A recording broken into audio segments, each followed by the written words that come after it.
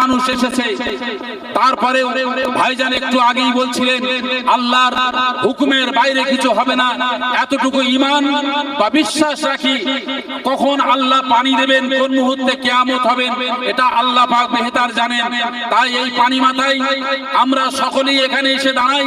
1340 সালে যে সময় ইংরেজ সরকার, যে সময় ভারতবর্ষে বিভিন্ন আইন জারি করেছিলেন, ওই সময় ফুরফুরা শরীফের হযরত পীর সাহেব কেবলা রহমাতুল্লাহ আলাইহি তিনি ওয়াকফ সংক্রান্ত বিষয়ে তিনি কলকাতায় সমাবেশ করেছিলেন।